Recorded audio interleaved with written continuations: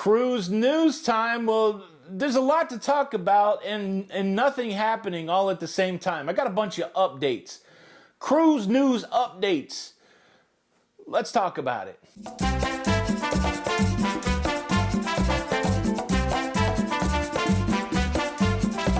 Hey, what's up everybody? Welcome back to Lido Loca. I'm your host Tony, here with the latest cruise news updates. That's all I got for you today. Cruise news updates. No interesting topic yet. Maybe by the end of this conversation we'll have something interesting to talk about. But let me just run through a few things that I know is happening in that cruise life, in the cruise world. If you enjoy staying up to date with everything that's going on in cruising, please consider subscribing with the notification bell on. That way you don't miss out on any of these episodes. Well, look, I'm not going to go too deep. There's a lot of details out there on a lot of things, but let me just hit the high levels. So if you're at a dinner party and somebody's asking you about cruising, you can have dinner party level conversation. There certainly is a time to go deeper, but again, with these stories, maybe surface level is good enough. Big story. The voters back in November in Key West voted to basically ban big cruise ships. That's the short version of it. And then the state legislature in Florida decided they didn't like it and that they were going to overturn it. And they made some progress. The senator brought a bill to the Senate there, the Florida Senate, and it passed. And then that was passed over to the House of Representatives in the Florida legislature, and it didn't pass there. They couldn't get out of there what they needed to get that bill moved forward to the governor for his signature. And so the guy who brought it forward said, it's dead. We're not going to push back against Key West anymore this session. It may not be dead forever, but as for now, the big takeaway is that the cruise ban will stand in Key West, Florida. I know there's several cruise lines that still have Key West as an itinerary stop. Of course, cruising's not happening, but it will be interesting to see once cruising ramps up again if those Key West stops will start to disappear from those itineraries. Also, I would be remiss if I did not point out again that I'm still not home. I'm in Tennessee taking care of my mom. She had to have some surgery. That was yesterday. It went well. At some point today, I'm going to go get her and bring her back home so that she can convalesce for a few days. So this is going to be our home for a few days. And if you did not see my mom's dog in the video yesterday, stay tuned because the dog will make an appearance in the video today. I won't tell you where. It's up to you. Can you identify what type of dog my mom has? Okay, there's some stuff, again, it's hard. What's interesting, what's not interesting? Are we tired of hearing about all the great cruise lines that are starting up in Europe? I'm excited for it, but again, it feels like salt on the wound. So I'll just touch on it briefly. Oceania, Region 7 Seas, NCL made an announcement that they've got cruise ships getting ready to go out in the Mediterranean. So yes, more cruising is starting up in the Med, more cruising starting up in Europe, more cruising starting up in Asia.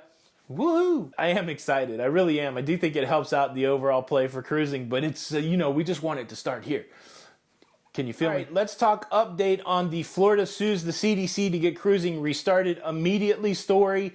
In case you missed it, along the way, Alaska, they joined in.